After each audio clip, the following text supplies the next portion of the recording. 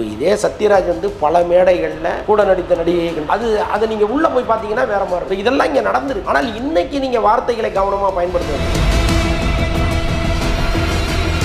இதுக்கப்புறம் நடக்கக்கூடாது இல்லை நடக்காம இருக்கும் அப்படின்னு நீங்க நினைக்கிறீங்களா? இப்போ இல்லை, என்னுடைய அந்த பயம் வந்துருச்சு. நல்ல வேளையாக ஹேமா கமிட்டி தொடர்பாக இவ்வளவு ஊடகங்கள் பேசுறது, இவ்வளவு பரபரப்பான ஒரு விஷயம் வெளியில வர்றது நல்லது. இந்த மாதிரியான கமிட்டிஸ் இங்க அமைக்கப்படும் எதிர்பார்க்கலாமா? நடக்கவே நடக்காது. இதெல்லாம் பல முறை நாங்கள் பார்த்துட்டோம். ஒரு நடிகை தூக்கு மாட்டி தொங்குவாங்க, உடனே நடிகர் சங்கம் அப்படியே ஒன்று அப்படி ஐயோ இனிமே எந்த நடிகை தூக்கு மாட்டி தொங்கக்கூடாது, எல்லாமே என்னுடைய சகோதரி. இனிமே மாசம் நாங்கள் கவுன்சிலிங், ஒரு மருத்துவ நிபுணர்களை கொண்டு வந்து உட்கார வை, மனநோய் நிபுணர்களை கொண்டு வந்து உட்கார வை, அவங்களுக்கு கவுன்சிலிங் கொடுப்போம் அப்படின்லாம் பேசுவாங்க. அதெல்லாம் 4 நாள் தான்.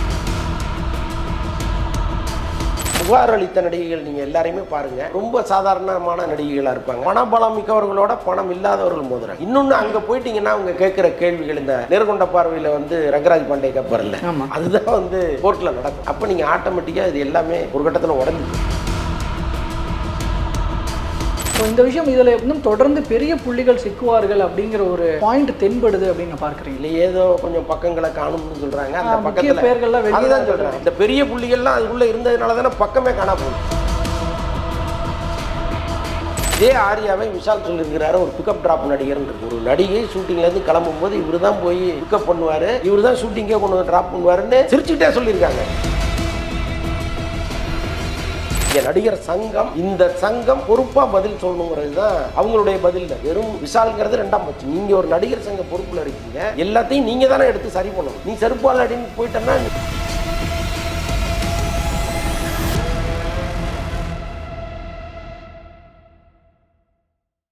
தமிழர்கள் அனைவருக்கும் அன்பு வணக்கம். இன்னைக்கு நம்ம கூட சினிமா விமர்சகர் திரு அந்தரன் அவர்கள் இணைஞ்சிருக்கிறாரு. அவர்கிட்ட பல விஷயங்கள் குறித்தும் பேச இருக்கிறோம், சினிமா சார்ந்த விஷயங்கள் பேசலாம் அவங்க கிட்ட. வணக்கம் சார். வணக்கம் சார். இப்போ இன்னொரு முக்கியமான விஷயமாக இந்த அட்ஜஸ்ட்மெண்ட் இஷ்யூஸ் போயிட்டு இருக்கு. இந்த கேரளால ஹேமா கமிட்டி ரிப்போர்ட் வந்ததுக்கு அப்புறம் இது ரொம்ப பெரிய பேசுபொருளா இருக்கு. இப்போ நீங்க அந்த ஹேமா கமிட்டிக்கு அப்புறம் நிறைய பேர் கம்ப்ளைண்ட்ஸ் கொடுத்துட்டு இருக்காங்க. அது எந்த அளவுக்கு இப்போ போயிட்டு இருக்கு, இது எந்த அளவுக்கு பூதாகரமான ஒரு விஷயமாக வெடிக்கும் அப்படின்னு நீங்க எதிர்பார்க்கிறீங்க? இல்ல அப்படி எதுவும் ஆகாதா? இல்ல, இது வந்து செய்திகளுக்கு ஊடகங்களுக்கு இது ஒரு பெரிய பிரச்சனையா மாறி இருக்கு, ஒரு பெரிய தீனி போட்டிருக்கு, அவ்வளவுதான். சம்பந்தப்பட்டவர்களுக்கு ஒரு தீர்வு கிடைக்குமான்னா எனக்கு தெரிந்து கிடைப்பதற்கு வாய்ப்பு இல்லை. ஏன்னா இங்க இருக்கிற சட்டம்ங்கிறது வேறையா இருக்கு. ஒவ்வொரு நடிகரும் வந்து பணபலம் மிக்கவராக இருக்காரு. அவர் வந்து இந்தியாவிலேயே சிறந்த வழக்கறிஞர்களை ஒரு 4 பேரை கூப்பிட்டு வந்து இந்த பெண்களை ஒரு கிராஸ் கொஸ்டின் பண்ணாங்கன்னு வைங்க, ஒண்ணுமெல்லாம் போயிடும் எல்லாமே. இன்னொன்னு யாருமே ஆதாரம் வச்சுக்கிட்டு ஒரு தவறை செய்ய முடியாது. இங்க நடக்கும் பொழுது என்ன நடந்தது, நீங்க எப்படி அதற்கு ஆதாரத்தை சொல்லுவீங்கன்னா எல்லாமே வாக்குமூலம், அந்த வாக்குமூலத்தில் இருக்கிற நம்பிக்கை, அவ்வளவுதான். இதை தாண்டி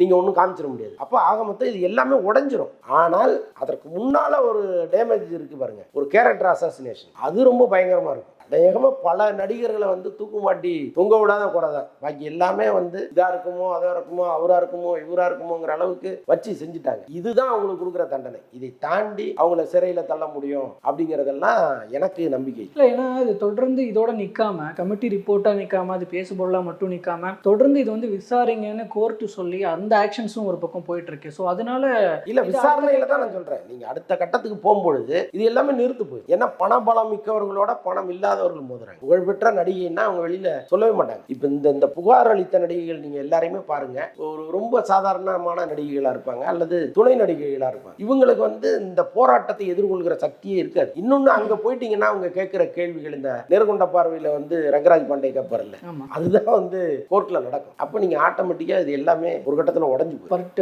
சுரேஷ் கோபி உள்ளிட்டோர் இதற்கு ஆதாரம் இருக்கு அப்படின்னு ஒரு கேள்வி கேட்கறாங்க. அதற்கும் நடிகைகள் பக்கம் இருந்து கோபங்கள் இருக்கு. இதுக்கெல்லாம் ஆதாரம் கேட்பாங்களா அப்படின்னு சொல்லிட்டு இந்த விஷயம் இதுல இன்னும் தொடர்ந்து பெரிய புள்ளிகள் சிக்குவார்கள் அப்படிங்கிற ஒரு பாயிண்ட் தென்படுது அப்படின்னு நீங்க பார்க்கறீங்க? இல்லைங்க, அதுல ஏதோ கொஞ்சம் பக்கங்களை காணும்னு சொல்றாங்க. அந்த பக்கத்துல பேர்கள்லாம் அதுதான் சொல்றேன். இப்ப இந்த பெரிய புள்ளிகள்லாம் அதுக்குள்ள இருந்ததுனால தானே பக்கமே காணா போகுது. அப்ப அந்த அளவுக்கு இன்ஃபுளுன்ஸ் பண்ண முடியல அவங்களால. ஒரு அறிக்கையில இருந்து ஒரு குறிப்பிட்ட பக்கத்தை உருவ முடியும்னா அவங்களோட இன்ஃபுளுன்ஸ் எவ்வளவு பெருசா இருக்கும். அப்போ இது என்ன, எதை நோக்கி போகுங்கிறத நம்மளே யூகிச்சுக்க வேண்டியதா. இன்னொன்னு, இப்ப குற்றச்சாட்டு வைக்கிற நடிகைகள் எல்லாருமே நிஜமாவே பாதிக்கப்பட்டவர்களாங்கிறது ஒண்ணு. இப்ப இது வந்து பணம் காய்க்கிற ஏரியா. இப்போ உங்க மேல நான் வந்து ஒரு கரையை பூசுறேன் அப்படின்னா தனிப்பட்ட முறையில கூப்பிட்டு ஐயோ என்னமா அதை பெருசு பண்ற, உனக்கு என்ன வேணும் சொல்லு பாத்துக்கலாம் அப்படின்னு கொடுக்கிறவர்களும் இங்க இருக்காங்க. அது மாதிரி இங்க நிறைய நடந்திருக்கு. தமிழ் இண்டஸ்ட்ரியிலையும் நடந்திருக்கு, மற்ற இண்டஸ்ட்ரியிலையும் நடக்குது. அப்போ பணத்திற்காகவும் இந்த வேலை ஒண்ணு நடக்கும். அப்போ யார் சொல்வது உண்மை, யார் சொல்வது பொய்ங்கிற இதை விசாரிக்கிறதுக்கே உங்களுக்கு 10-15 வருஷம் ஆகிடும். ஸோ இவ்வளவு பிரச்சனைகள் இருக்குது. இது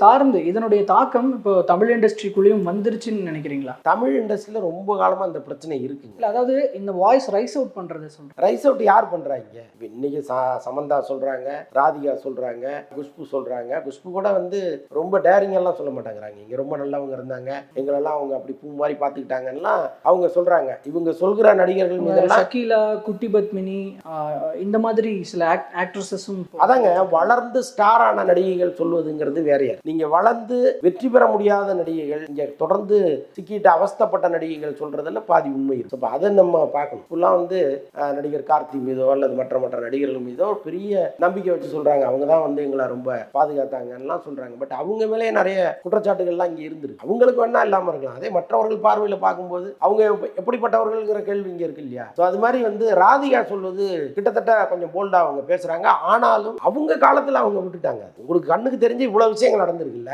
எனக்காவது நீங்க மீடியாவில் வந்து பேசுறீங்களா? இந்த படத்துல இது நடக்குது, இந்த படத்துல இது நடக்குது, நான் வந்து தட்டி கேட்க முடியல, மீடியாக்கள் நீங்க கேளுங்க அப்படின்னு சொல்லியிருக்காங்களா? இல்லையா? இன்னைக்கு தானே இந்த பிரச்சனை வந்த பிறகு அவங்க குரல் கொடுக்குறாங்க, கேரவான்ல வந்து உடை மாற்றும் போது வீடியோ எடுக்கிறாங்க அப்படின்லாம் அவங்க இன்னைக்கு சொல்றாங்கல்ல. இது நீங்க என்னைக்கு சொல்லியிருக்கோம்? அன்னைக்கே அதை பொதுவெளி கொண்டு வந்திருந்தீங்கன்னா அது ஒரு வழக்கா மாறும். அந்த கேரவான் வச்சிருந்தவங்களை பிடிச்சிருப்பாங்க, அங்க வேலை செஞ்சவங்களை பிடிச்சிருப்பாங்க, ஒரு தீர்வு கிடைச்சிருக்கும். அப்ப ஏன் நீங்க அதை சொல்லல? இன்னொன்னு, இப்ப கேரளாவில் ஒரு சம்பவம் இந்த மாதிரி நடந்துருச்சு அப்படின்னு தெரிஞ்சா தமிழ்நாட்டில் ஒரு கேரவானுக்குள்ள ஏறதுக்கு ஒரு நடிகை யோசிப்பாங்க. அவங்க ஏறி பார்ப்பாங்கல்ல, இங்க என்ன வச்சிருக்கான், எது வச்சிருக்கான் எல்லாம் பார்ப்பாங்க. ரிஷா வந்து ஒரு ஹோட்டல்ல அவங்கள வீடியோ எடுத்ததா சொல்லப்பட்டுச்சு. இந்த வீடியோ வெளியில வந்துச்சு. அவங்க அது நான் இல்லைன்ட்டாங்க. சட்ட போராட்டத்துக்கு பயந்துட்டு அவங்க நான் இல்லைன்ட்டாங்க. அன்னைக்கு சக நடிகர்கள்ட்ட நம்ம விசாரிக்கும் போது கிட்டத்தட்ட அது உண்மைதான், அவங்க ரொம்ப மன உளைச்சல்ல இருக்காங்கிற மாதிரி சொன்னாங்க. எதுக்கு சொல்ல வர்றேன்னா, அன்னைக்கு அவங்க வெளியில வந்து இது மாதிரி வந்து எனக்கு நடந்துச்சு அப்படின்னு அவங்க ஒரு கம்ப்ளைண்ட் பண்ணியிருந்தாங்கன்னா, அதற்கப்புறம் நடிகைகள் தங்குற எல்லா ஹோட்டலும் பாதுகாப்பான ஹோட்டலா மாறி இல்லையா? அது ஒரு ரைடு போவாங்க, அங்க என்ன வச்சிருக்காங்கன்னு பார்ப்பாங்க, ஒரு திடீர் ரைடு போவாங்க, எல்லாமே நடந்திருக்கும். பட் இவங்க வந்து ஒதுங்கி ஒதுங்கி போகும்பொழுது குற்றங்கள் தொடர்ந்து நடந்துகிட்டே இருக்கு. அதை வந்து நீங்க அந்தந்த டைம்ல சொல்லணும்னு நான் சொல்றேன். நீங்க ஏதோ ஒரு காரணத்துக்காக நம்ம வந்து கோர்ட்ல நிற்போம், ஒரு 1000 கேள்வி கேட்பாங்க, கோர்ட்டுக்கே ஒரு 1000 தடவை நம்ம போற மாதிரி இருக்கும். எதுக்கு நமக்கு வம்பு அப்படின்ட்டு இவங்க பல பேர் நான் இல்லை அப்படி ஒன்றும் நடக்கலன்ட்டு போயிடுறாங்க. ஆனால் நடக்குது. அல்ல, அந்த மாதிரி ஒதுங்கி போகாம பேசணும் அப்படிங்கிற ஒரு விஷயத்தை தான் ரொம்ப எக்ஸாஜரேட் பண்ணி வந்து விஷால் அவர்கள் சொல்றாரு. செருப்பால் அடிக்கணும், அந்த அளவுக்கு தைரியம் வேணும் அப்படின்ற வார்த்தைகளை இல்லைங்க. இன்னைக்கு பல ஊடகங்கள் மைக்க நிட்டுற எல்லாருமே குற்றவாளிகள் தான். அவங்கெல்லாம் வந்து ரொம்ப மனசாட்சியோடு பேச முடியாத ஒரு இடத்துல தான் இருக்காங்க. விஷால் மீது குற்றச்சாட்டு இல்லையா, ஆர்யா மீது இல்லையா? ஒரு காலத்துல இந்த சோசியல் மீடியாக்கள்லாம் இந்த அளவுக்கு பெருகாத காலத்துல இதே ஆர்யாவை விஷால் சொல்லியிருக்கிறாரு, ஒரு பிக்கப் டிராப் நடிகர் இருக்காரு. ஒரு நடிகை ஷூட்டிங்ல இருந்து கிளம்பும் போது இவரு தான் போய் பிக்கப் பண்ணுவாரு, இவரு தான் ஷூட்டிங்கே கொண்டு வந்து டிராப் பண்ணுவாருன்னு சிரிச்சுட்டே சொல்லியிருக்காங்க. அதுக்குள்ள இருக்கிற உண்மையை நீங்க தேடி போய் பார்த்தீங்கன்னு வைங்க, அது வேற யாருக்கு. இதே சத்யராஜ் வந்து பல மேடைகள்ல கூட நடித்த நடிகையை கிண்டல் பண்ணிருக்கு. அதை நீங்க உள்ள போய் பார்த்தீங்கன்னா வேற மாதிரி இருக்கும். இதெல்லாம் இங்க நடந்திருக்கு. ஆனால் இன்னைக்கு நீங்க வார்த்தைகளை கவனமா பயன்படுத்த வேண்டியது. நீங்க நேருக்கு நேர் விமர்சனங்கள் வருது.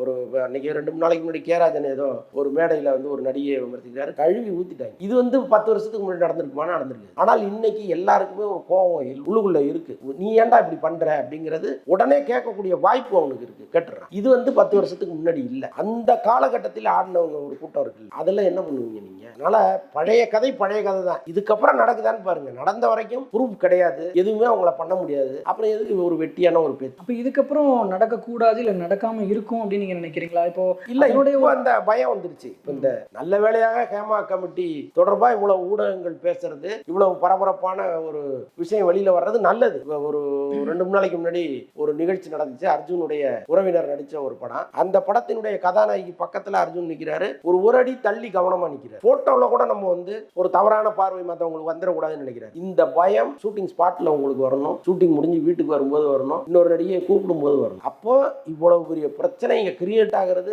நல்லதுதான். அது மட்டும்தான் நல்லது. அதை தாண்டி தண்டனையை நோக்கி போகுமான்னா பெரும்பாலும் போக. இந்த மாதிரியான கமிட்டிஸ் இங்க அமைக்கப்படும் அப்படின்னு எதிர்பார்க்கலாமா? இல்ல அது நடக்காதுன்னு நினைக்கிறேன். நடக்கவே நடக்காது.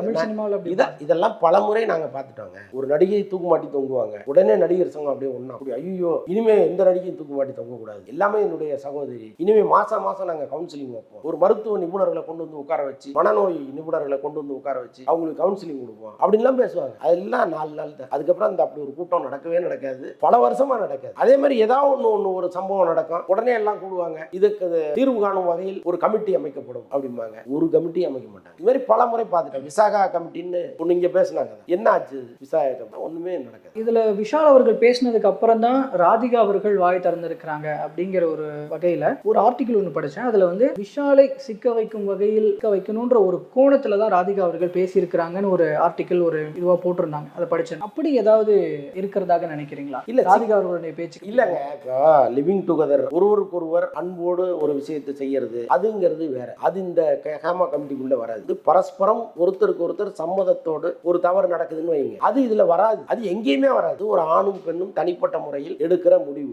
ஆனால் ஒருத்தரை ஃபோர்ஸ் பண்றீங்கல்ல, நீ இது பண்ணுனா நான் அது உனக்கு பண்ணி தரேன்னு சொல்றீங்கல்ல, அதுதான் குற்றம். அது இங்க நடந்திருக்கான்னா நடந்திருக்கு. அதை விஷால் பண்ணிருக்காரான்னா இல்ல. ஏன்னா இதற்கு முன்பு நடந்தது எல்லாமே சம்மதத்தோடு நடந்ததுதான். இதே வந்து அவங்களுக்கு மேரேஜ் ஆயிருச்சு, அதனால அவங்க பேரை நம்ம சொல்லக்கூடாது. இப்போ ராதிகா அவ்வளோ கோவப்படுவதற்கு அதுவும் ஒரு காரணம் இல்லையா? இவர் வந்து நீண்ட காலமா அவங்களோட ஒரு காதல்ல இருந்தாரு. அதை வந்து பாதியில அது முடிஞ்சிருச்சு. அதுக்கப்புறம் அது திருமணத்தை நோக்கி நகரல. அந்த கோபம் வந்து அவங்களுக்கு இருந்திருக்கலாம். ஆனால் அதை மட்டுமே வச்சுக்கிட்டு விஷால குறை சொல்ல முடியாது. இங்க நடிகர் சங்கம், இந்த சங்கம் பொறுப்பா பதில் சொல்லணுங்கிறது தான் அவங்களுடைய பதில். வெறும் விஷால்ங்கிறது ரெண்டாம் பட்சம். நீங்க ஒரு நடிகர் சங்க பொறுப்புல இருக்கீங்க, எல்லாத்தையும் நீங்க தானே எடுத்து சரி பண்ணணும். நீ செருப்பால் அடின்னு போயிட்டேன்னா நீங்க அடிச்சவங்களுக்கு தீர்வு. அடிச்ச இடத்துல அவங்களை திருப்பி அடிச்சு கொன்னே போறாங்கன்னு விஷால்டே வந்து நிற்கும். அப்ப நான் பாதுகாப்பு தரேன், நீ யாரா இருந்தாலும் என்கிட்ட வந்து சொல்லுன்னு தானே அவர் சொல்லியிருக்கோம். அதைத்தான் அவங்க சொல்ல. அவங்க சொல்ற அதே போல அடிச்சாலும் அவங்களுக்கான வாய்ப்புகள் போயிடுமே, அதுக்கப்புறம் என்ன பண்றதுன்ற ஒரு பெரிய கேள்வி இருக்கு. ஆமா, அது நிச்சயமா. ஸோ இப்போ இந்த விவகாரத்துல அடுத்து என்ன நடக்க போது, மொத்தத்துல இந்த மாதிரி சம்பவங்கள் திரும்ப நடக்கக்கூடாது அப்படிங்கிற ஒரு